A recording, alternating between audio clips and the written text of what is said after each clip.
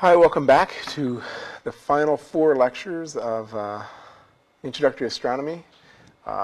Exciting lecture today. We're going to go into the very beginning of the universe and speculate, well, take what data we have and try to figure out as best we can what might have happened in the very beginning from the perspective of astrophysics and astronomy. So this strange image around me, I guess as you're looking at the screen, it would be to the upper left of me, in my little bubble, is something that has something to do with the early universe, and we will get to that later this class. You can wonder what it is. Okay, first of the 2 obligatory slides. We have Introductory Astronomy right here and now. Beginning of the universe is now. Next time is more beginning of the universe, where we talk more about forces and inflation. Since we're coming back after a break, we actually have a lot of APODs to catch up on. So this is occurring at your local Michigan Technological University. I am Robert Nemiroff. If you want to take this class for credit, you need to go here. And most of the people who are in this class have never shown up. I have never seen them. Sometimes I walk past somebody on campus who looks at me as if they know me. And I don't know them because I've never seen them. Possibly that's just my own neuroses, but possibly they're in this class. I don't know.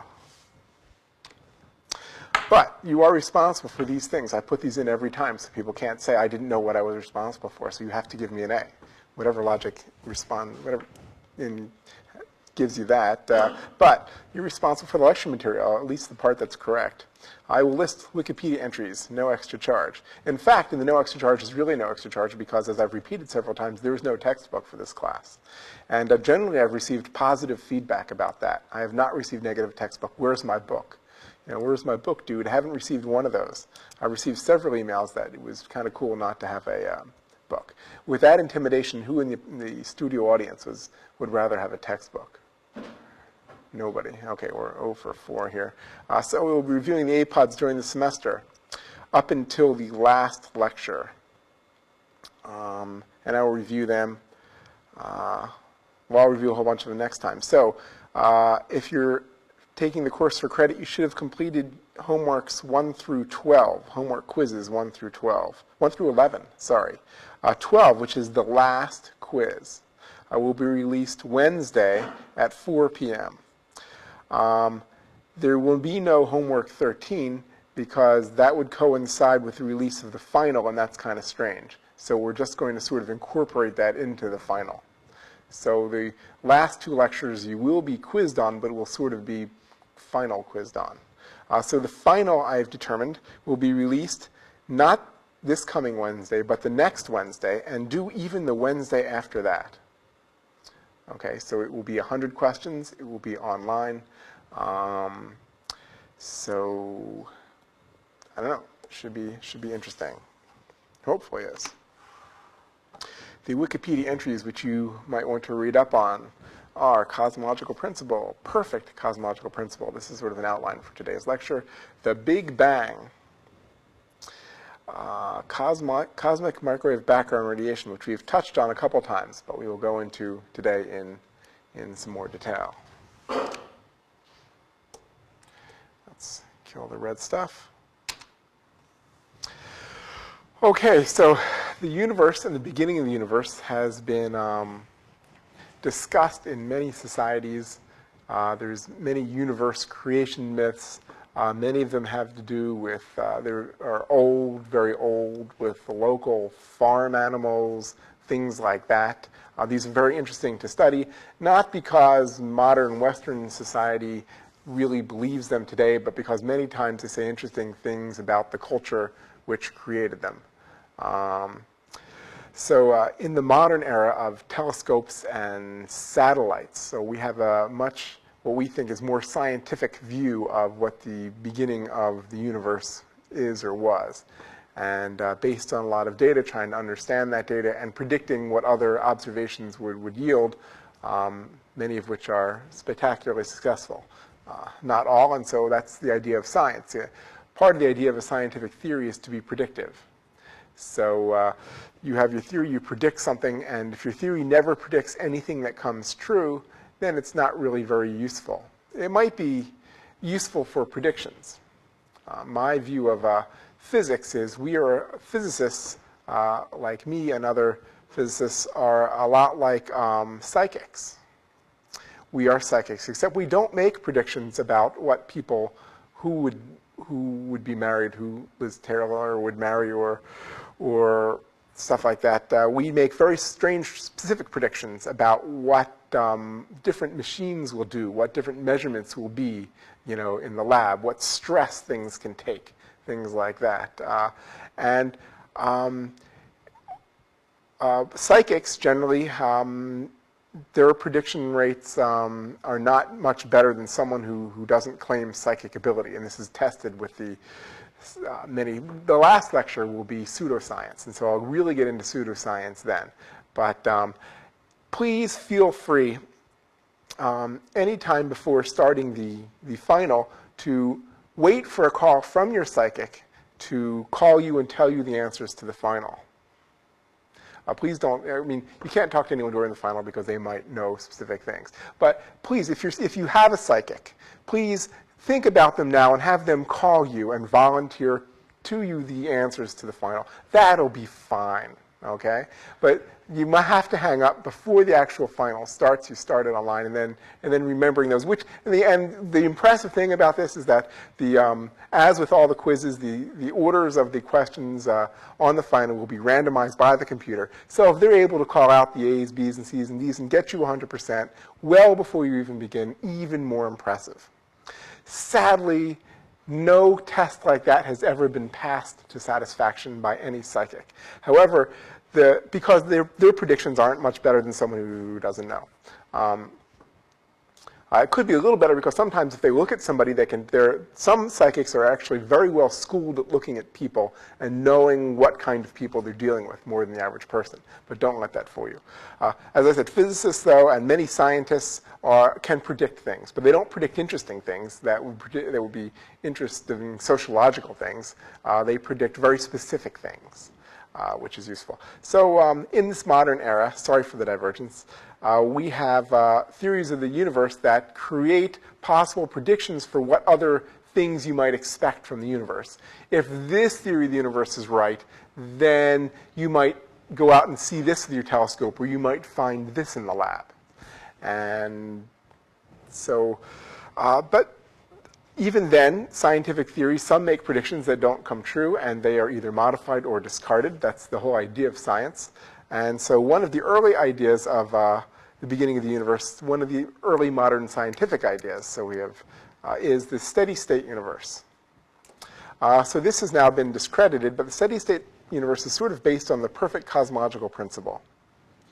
The perfect cosmological principle says that the universe is pretty much the way it is when we look out at the universe, and was always this way. So it didn't matter what year it was, whether the sun was just formed, whether it was 10 billion years ago or 100 billion years from now. The universe always pretty much looks the same. Now, there's not the same galaxies. There wouldn't be the Andromeda galaxy or things like that. There would be another galaxy there as things change, but the gross attributes would be the same. So, for instance, every year there's a different astronomy class. But pretty much the students have roughly the same height distribution, roughly the same grade distribution. Many times ask some of the same questions. So if that was true all the way into the past and always into the future, then that would be like the perfect cosmological principle. Whereas if the cosmological principle was true, then in the first year of astronomy class, you would have all babies. And the next year we'd have toddlers, and then every year they would grow older, and eventually we'd have astronomy classes with just old people with gray hair. Okay. So the perfect cosmological principle says they're always going to be the same. And the universe does not evolve with time and looks the same in every direction. The Big Bang universe, so the steady-state universe has made predictions that didn't come true, but there are some people, a very, very small fraction of the astronomical community still believes in a steady-state universe. A very small fraction.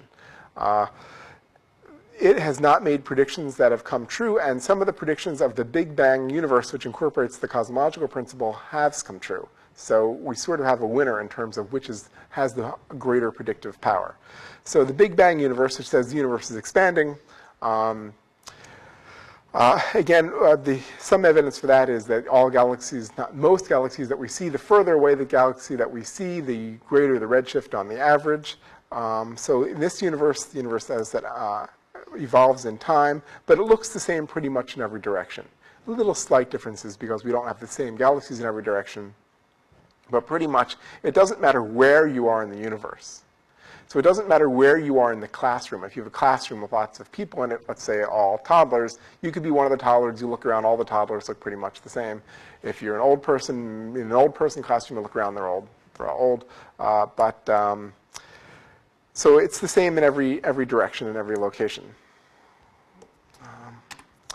Okay, so one of the predictions of the Big Bang universe then was dramatically made by a couple people, including Peebles at Princeton and Gamow, who said that, look, if there was this Big Bang early on, then the universe is much hotter in the past. And some people said, well, yeah.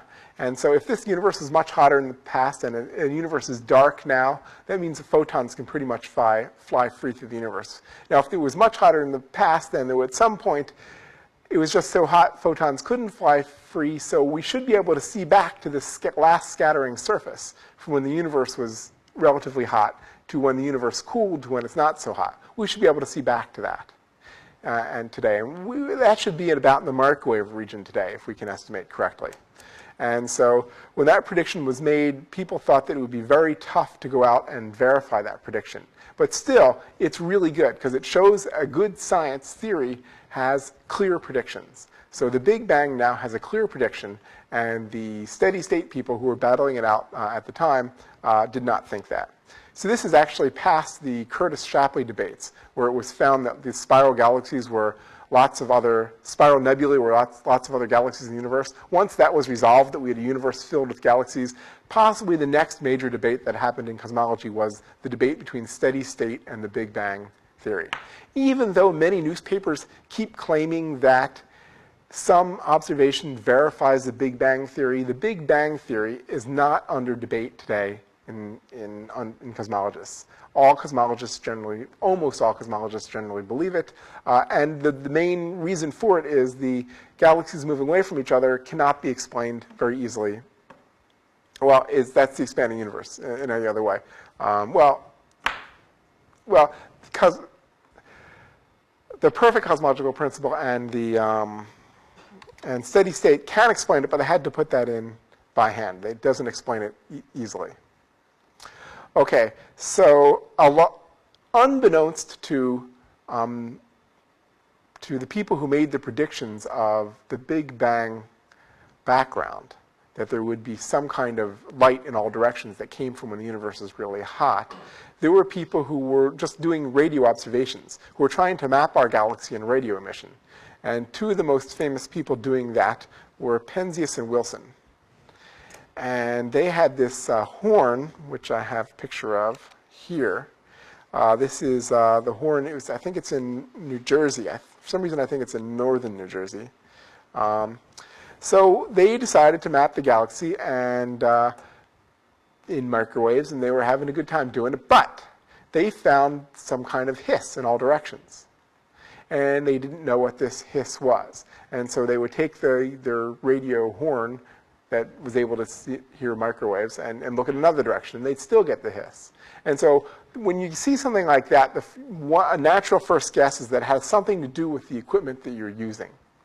If there's some kind of bad circuitry or some kind of vibration or something in your equipment, then you could generate that, and it wouldn't matter which direction you looked. You would just see it.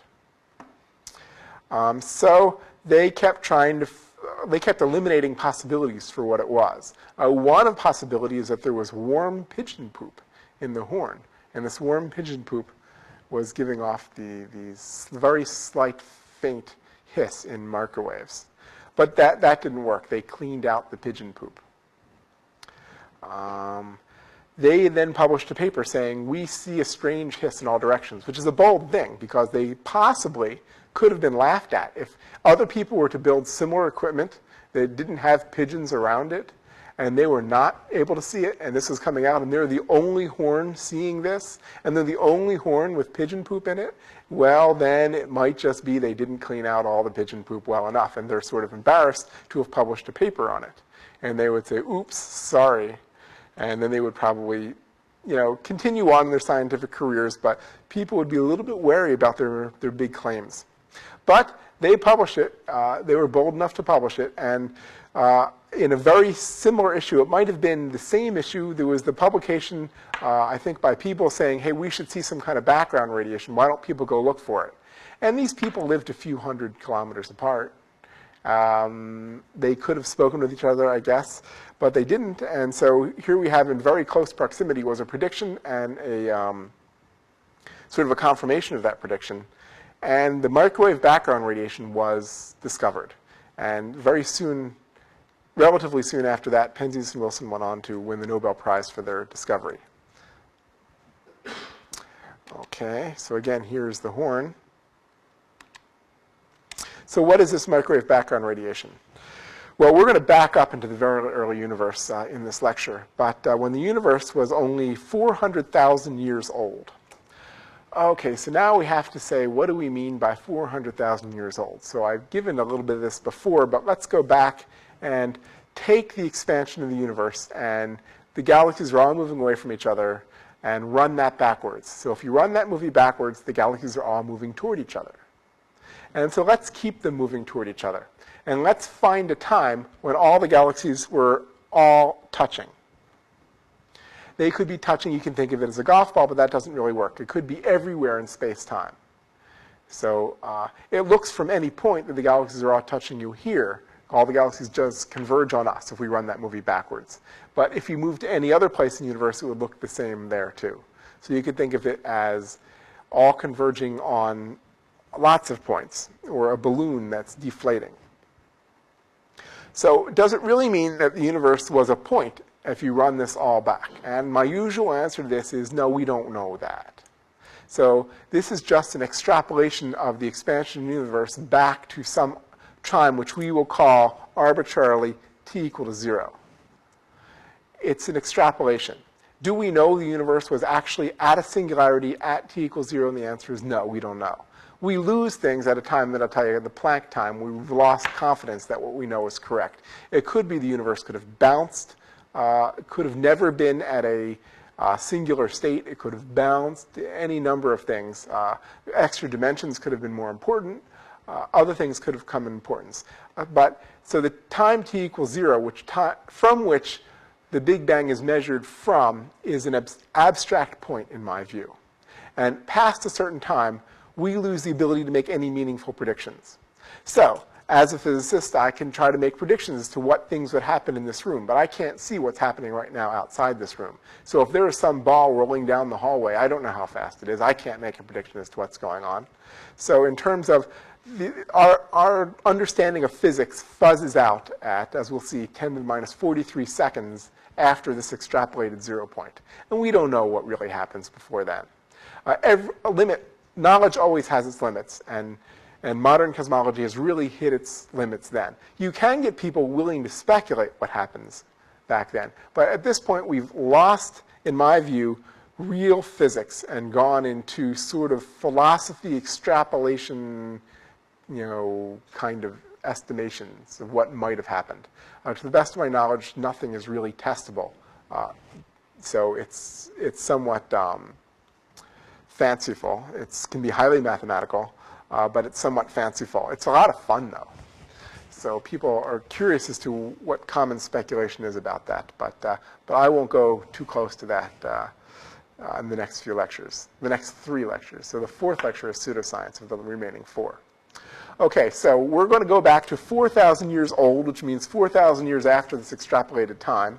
At that point, we know the universe is expanding and cooling. So things generally that expand cool. So the famous mushroom cloud that happens in explosions and even atomic explosions, that's an expansion of something that's really hot. So things that are really hot tend to expand. So the universe is really hot, and so it expanded. What did it expand into? Well, the whole thing expanded. The whole universe, usually measured by the average distance between galaxies. The average distance between galaxies, or any two things, was increasing.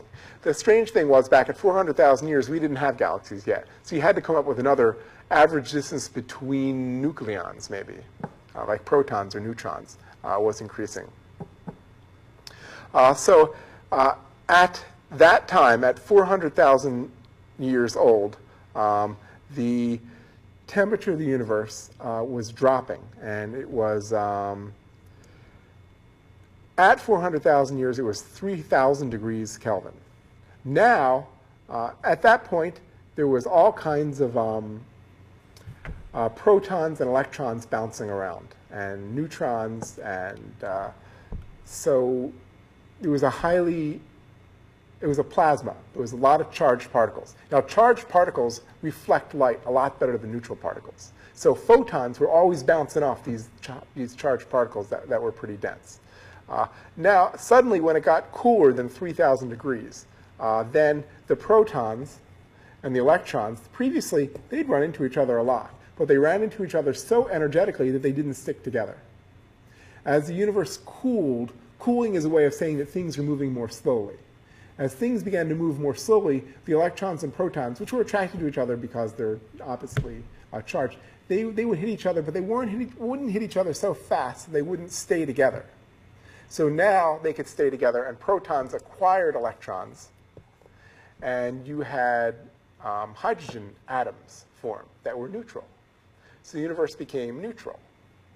And when that happens, these photons that previously kept bouncing off of things, the photons now fly free.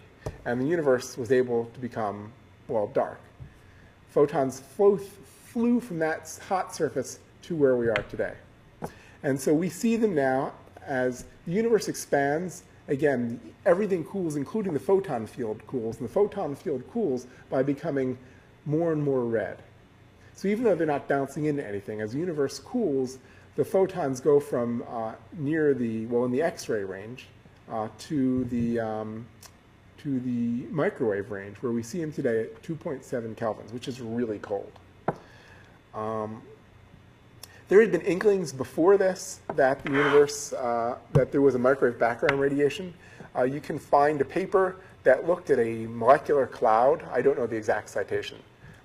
It looked at this molecular cloud, and there was an unusual comment in this paper that the molecular cloud appears to have one of its molecules seems to be heated up to 2.7 degrees and is not going to absolute zero. And they just brushed it off as, don't know why that would be. So many times after a major discovery is made, you can go back and look at the body of scientific data and say, yeah, if we had known that, we could have pulled this out. And so you could go back into the data and say, you know what, that molecular cloud, you know what was causing that molecular excitation to be 2.7 degrees? That was the microwave background. But back then, they didn't guess that. If they had chased that oddity, you know, and really aggressively, people who published that paper might have been the first ones to have discovered the microwave background. It was discoverable in that way, but they weren't connected to that, to that line of thinking, and I guess they weren't so bold.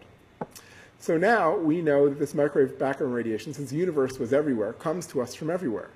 The universe is moving through this sea of radiation. Now it's not, these photons are not as dense as or energetic as the solar photon field. So most of the energy we get in light comes from the sun. And this is relatively hot stuff, hotter than 3,000 K even, because the surface of the sun that we see is, you know what, 6,000 K. And there's also the corona, which gives us some X-rays, but the X-rays don't make it to the Earth's atmosphere. So the microwaves do, and another way to see the microwave background radiation is if you have a television that has bunny ears and is not plugged into cable. So unplug the cable from your television and go to its analog signal. And I don't know exactly what channel does it, but some of the background static you receive, the noise, is actually microwave background radiation. So you've actually many, I guess, so in the future people won't know about that, since in February of next year we're going to totally switch over to digital. But many people have had, who's had a television that's had static. So you've probably seen some fraction of microwave background radiation in the noise there.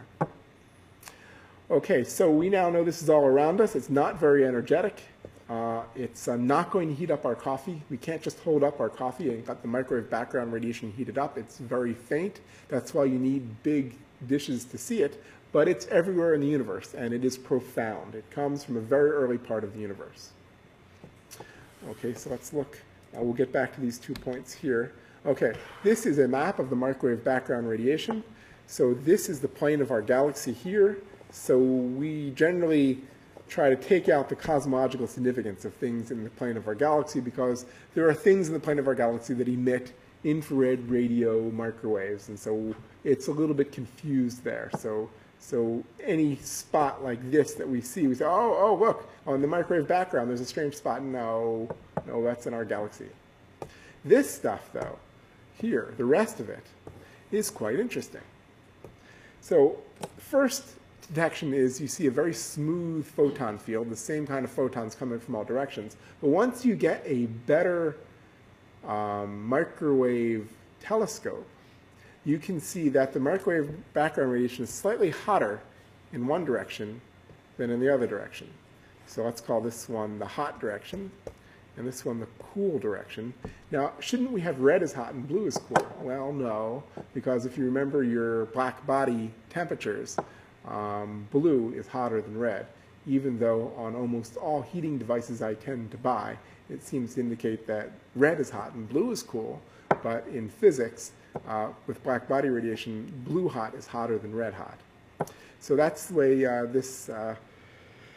this all sky map is colored. This is created by the COBE satellite, which orbited the Earth for many years and got the best map ever of the microwave background. And one of the crudest things it got was this map, and it showed that it's hotter in one direction than the other. And so something crude as this, surely we can understand. And there are two answers to that, is yes, we understand it, and no, we don't understand it. So the yes, we understand it is, the reason why it's hotter in one direction than the other is because we're moving. The Earth is moving around the sun, and the sun is moving around our galaxy, and that doesn't explain it. Our galaxy and M31 are moving in a local group, and our local group is falling toward the Virgo cluster, but even that doesn't explain it. Somehow, about 600 kilometers per second is unexplained, and we're moving with respect to the microwave background. So we understand that moving would create a hot spot in our direction of motion. That's relativistic aberration. So as I mentioned before, if you drive down the street really quickly, and there are two stars in front of you, those two stars will appear to move together just because you're moving quickly, and will appear more blue. And if you have two stars behind you as you're driving down the street really quickly, those two stars will appear to move apart behind you, and they will appear more red. And that's just the way relativity works. Has nothing to do with gravity. So if you look at a uniform photon field, you'll see this. You'll see a hot spot and a cold spot. So we understand the physics as to why this would work. And this matches motion. What we don't understand is why we're moving to this particular location. What's out there? When we look in this location, you might think, oh, I bet there's lots of massive stuff there that's pulling us in gravitationally. And the answer is, well, there's some massive stuff, somewhat nearby. But if we had just looked at the galaxy field, we would not have picked that spot to be the spot that we're zipping toward at 600 kilometers per second. So there's a mystery. Why there? Why are we moving toward that spot? And the answer is we still don't know for sure. There might be mass concentrations that we didn't know about. There might be large-scale flows in the universe that we're just learning more about. Okay, now that we know that we are moving, though, we can model this motion and take it off the microwave background. So we can subtract it and say, okay, we know we're moving. We don't know exactly, we know the physics. We don't know why we're moving in that direction, but we can subtract it. And so when you subtract it in the COBE maps, Cosmic Background Explorer maps, you get this. This is very dramatic, and this is one of the reasons why the COBE people, the two leading COBE people, won the Nobel Prize a few years ago. You find out that the microwave background is not completely uniform. That there are hot spots and cold spots. Let's go to a different color. Hot spots and cold spots. So hot spots are in blue, cold spots are in red again because that's the way I want it. Could have, if I wanted to, I could have flipped this in digital color, but that's not the way it was published. And so people, well, what could cause that? Why would the microwave background be? Now these hot and cold spots are very, very slight. They're 1 part in like 10 to the 6th. So these are like micro-Kelvin deviations, hard to measure, which is why you need a specialized satellite to measure this. So to a good approximation, the microwave background is 2.7 degrees in just about every direction you look.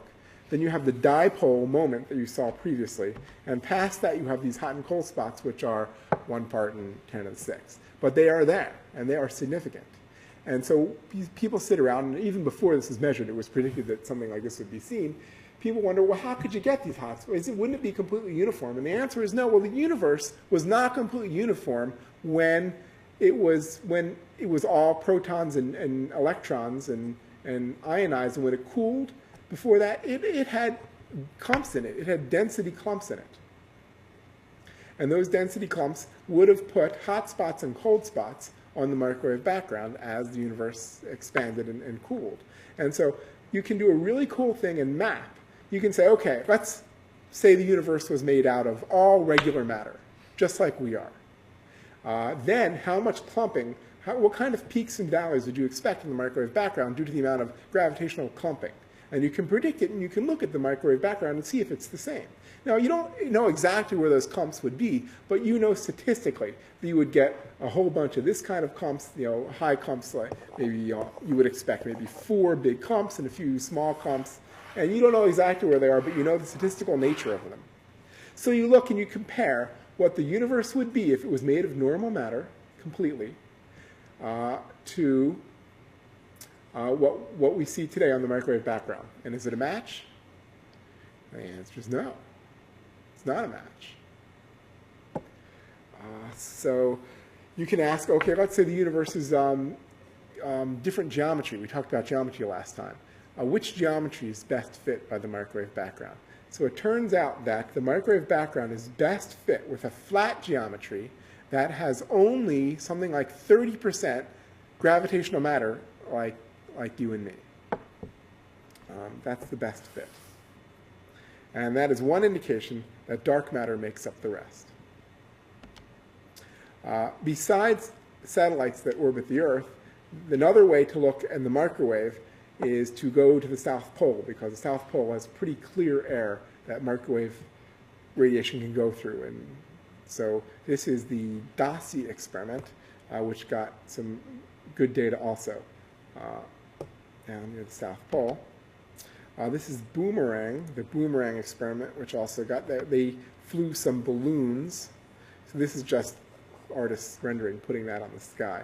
So here's a balloon being, actually it's this long thing here, and this balloon is going to float up in the atmosphere above the South Pole. And with its detectors, I don't know, the detectors might be here, but I might have gotten it wrong. Maybe the detectors are somewhere else. Let's pretend they're here. Then those detectors would measure the microwave background in several directions and see what its statistical properties are, and that was another indication. So there was actually, about a decade ago, a tremendous race to find out what the spots in the microwave background were. There were, the COBE satellite had said there are spots in the microwave background, and humanity, the microwave community basically came to the understanding that these spots would tell us a lot about the universe. And so everybody wanted to be the one to read off the universe in the microwave background. So there was all kinds of equipment being built at the South Pole. There were balloons being launched. There were new satellites being planned. And there was a race to read off the microwave background. Who won the race? I don't know. I wish it was really clear. Everyone won because we got a really good reading of the microwave background, and we now know a lot about the universe that we didn't know before. It's one of the things where it's not all that clear. The South Pole experiments got much of the way there. They found smaller and smaller error bars. Then a space mission was mapped after the error bars were smaller by some degree, called WMAP, the Wilkinson Microwave Anisotropy Probe. And that got even better data. It did not revolutionize things because just the previous year, there was already reasonably good data from projects like Boomerang and Dasi. But WMAP got even better data. And so it's easiest just to look at the Wilkinson microwave anisotropy map, and it's the best map we know today. And so if you notice, this picture looks a lot like this one. You see this part here? Let's go to green. You see this here, the blue spot? That's this blue spot there, see? Go back, you see this red stuff over here? That's this red stuff over there. So you notice there's many more small spots here in the WMAP sky map than in the COBE sky map. And so WMAP was able to determine a lot about the universe. And so we now know many things about the universe we didn't know before. For instance, we know that the universe is, let's go to red, it's about 13.7 billion years old. We know that omega matter is about 0.3. We know that the total omega is about 1, which means flat. So from that, we can guess that there is an omega lambda, which is dark energy, which is 0.7 about.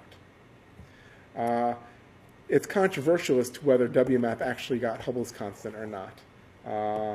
To get the best answers, you have to actually put in Hubble's constant. But Hubble's constant is now known by mostly other means to be roughly about 71 or so kilometers per second per megaparsec. So in the past 10 years, the fundamental cosmological parameters of the universe have been found. So it's a tremendous change. We now know what the universe is.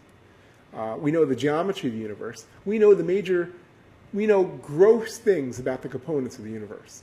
So it's a little bit like 1,000 years ago or so, finding out that we know now that there's air. And there's something called nitrogen, which is most of the air, and there's something called oxygen, but we don't know much about them. We now know there's mostly dark energy. There's also dark matter. There's a little bit of matter like us. Okay, so this allows us to go back into the Big Bang and understand it better than ever before. So I now zip through the Big Bang again, and we will go back to something called the Planck time.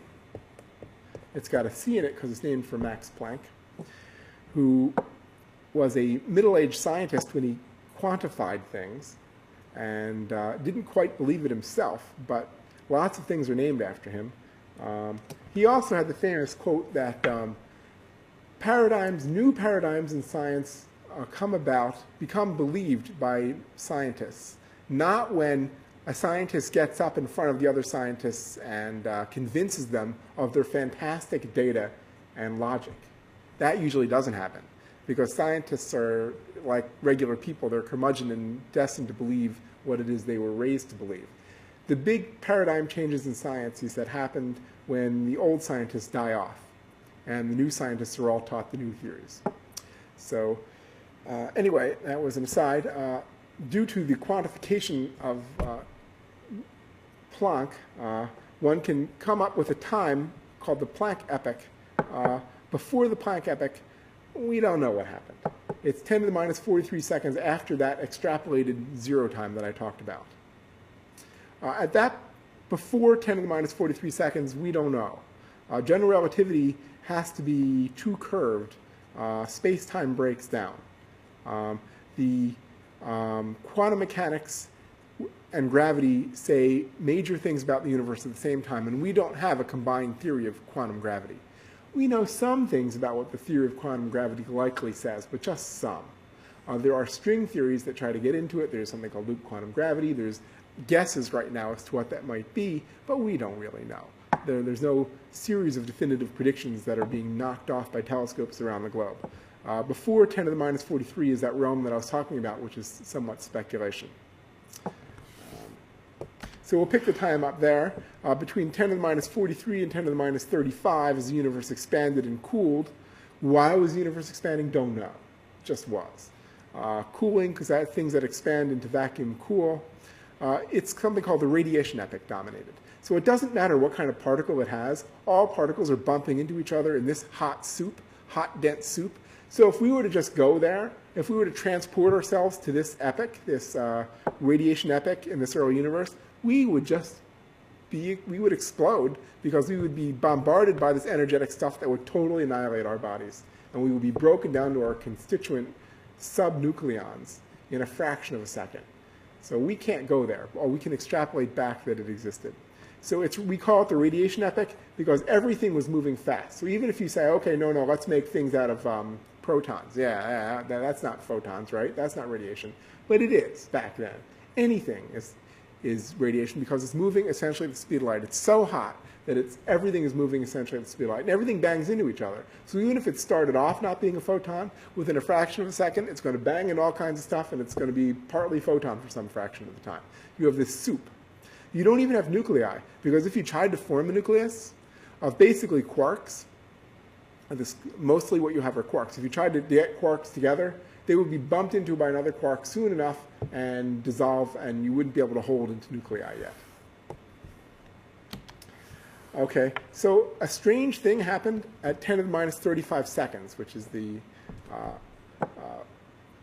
a change between when different forces become important. At between 10 to the minus 35 and 10 to the minus 32, the universe begins expanding not as if the universe takes on a repulsive gravity field everywhere and begins expanding exponentially in what's called inflation. It's a repulsive gravity. So it's kind of strange, but this universal expansion is seen today. Well, evidence of it is seen today, we think. On the microwave background, on the horizon problem, we'll show other reasons for the inflationary epoch. But right now, just believe that most probably the universe underwent an exponential expansion between 10 to the minus 35 and 10 to the minus 32, where it became much, much, much larger. Okay, after that, inflation stopped, the universe was reheated, all kinds of quarks were then formed again, the universe kept expanding and cooling, and the universe dropped to about 10 to the 13 Kelvin, very, very hot. Another radiation epoch was created where all particles were again zipping about. Again, it was too hot for nuclei to be stable. At this point, you had, antimatter and matter existed in roughly equal quantities. But as they ran into each other and the universe cooled, eventually all the antimatter just about annihilated the matter, but there wasn't exactly the same amount of matter and antimatter. So the little bit of extra matter that survived created all the rest that remained, that became you and me. So between 10 to the minus 6 and 1 second, the universe kept expanding and cooling. Eventually, even at the temperatures of 10 to the 13, 10 to the 10, you could finally have protons and neutrons. It's cool enough for protons and neutrons, to freeze in and not be broken up anymore. So, so these nuclei, protons and neutrons, well, this is actually, shouldn't have been in there, were now cool enough so nuclei could form. So nuclei are stable even past that. So what happens is as these nuclei are stable, they keep bumping into each other and forming heavier elements. But most heavy elements can't be formed because they break apart too fast. Particularly if you have 5 nucleons or 8 nucleons, they drop off pretty quickly. So the universe is pretty much mostly hydrogen and helium at this point. Those are the nucleons that remain. So helium has 2 protons and 2 neutrons. Okay, then we reach the universe continues to expand. You have these nucleons, you have protons around. The universe continues to expand, and finally at 3000 you have what's called recombination, which I described before. This is when the protons finally acquire the electrons. So at that point you have atoms. So nuclei become atoms instead of just charged nuclei, and the photons fly free, which means that we can see those photons as the microwave background today. After that, you had essentially just a cosmos that had lots of gas in it. And it took a while for that gas to form. It took millions of years for that gas to form into things. Eventually, stars formed. Before stars formed, the universe was quite dark. And you had the background radiation, but besides that, you didn't have more sources of light. As after the dark ages were ending, you had the first stars forming. And these stars lit up the universe and even reionized the universe. The universe was again becoming less dark. Once you have the stars forming, these stars would form into galaxies, and the universe would continue to cool, eventually becoming the 3.7 degrees Kelvin that we see today, kelvins. So this is background light. This is light from the first stars. I believe this is infrared. So the gray stuff is not the first stars. Look past the gray stuff and see the clumpiness on the infrared background, that light that came from the first stars. Computer models show what the first stars might have looked like as they were forming.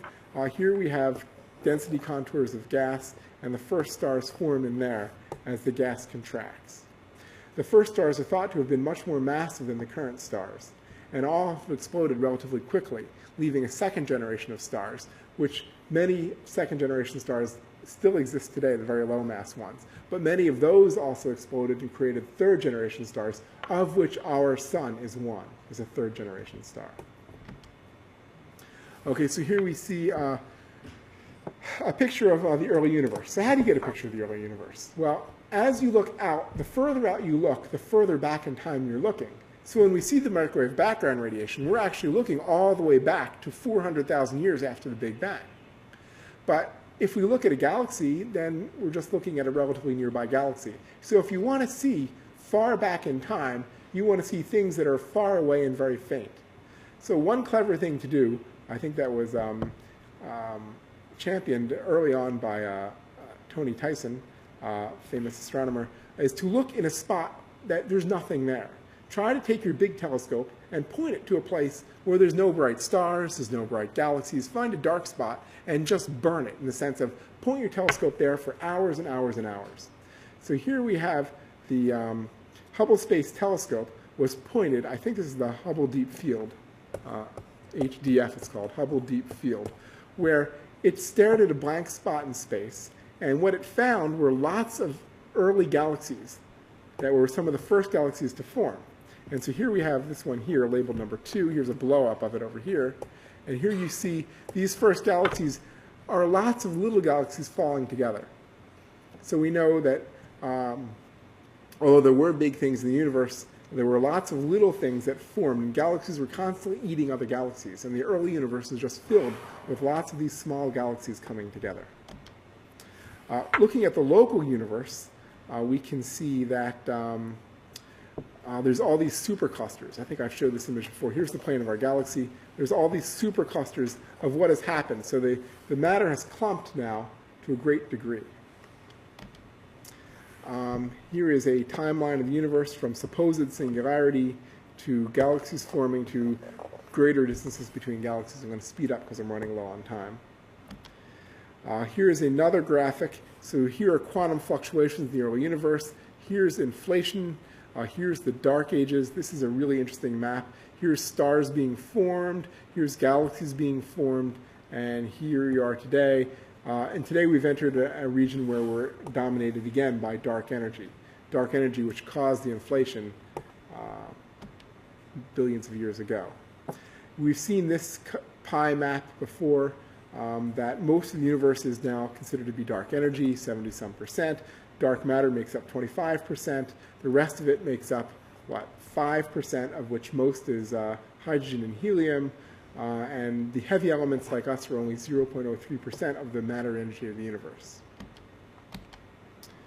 So the Big Bang epochs can be divided into a radiation-dominated epoch, an inflationary epoch. Then we entered into the matter-dominated epoch, which instead of radiation, the attraction of radiation dominating the universe, it was matter. Even though there was dark energy in the universe, it didn't dominate. It was relatively little compared. Nowadays, though, the matter is dissipating. And so the galaxies are moving apart means the average energy density due to matter and dark matter is going down. But the energy density due to dark energy is pretty much the same. It doesn't change, we don't think. So as the matter dissipates, the dark energy is coming to dominate again. So here we see, again, here's a Hubble Deep Field again, looking between the galaxies, seeing lots of small background galaxies. And here we see another, once the Hubble Deep Field was successful, they did even more deep fields, one of them called the Hubble Ultra Deep Field. And this is the picture of the Hubble Ultra Deep Field. And in the original picture we showed in the beginning, inside these green circles are some of the earliest, most primordial galaxies ever seen. So this is what happened when stars were already formed, and these stars were then congealing into galaxies, and these galaxies were falling in toward each other. So next time I will have more about the physics of the earlier universe, and even the next lecture. So we're not done talking about the early universe yet. So we're going to get into some of the physics of what happened. We're going to talk about dark energy a lot more next time. So until then, I'll see you then.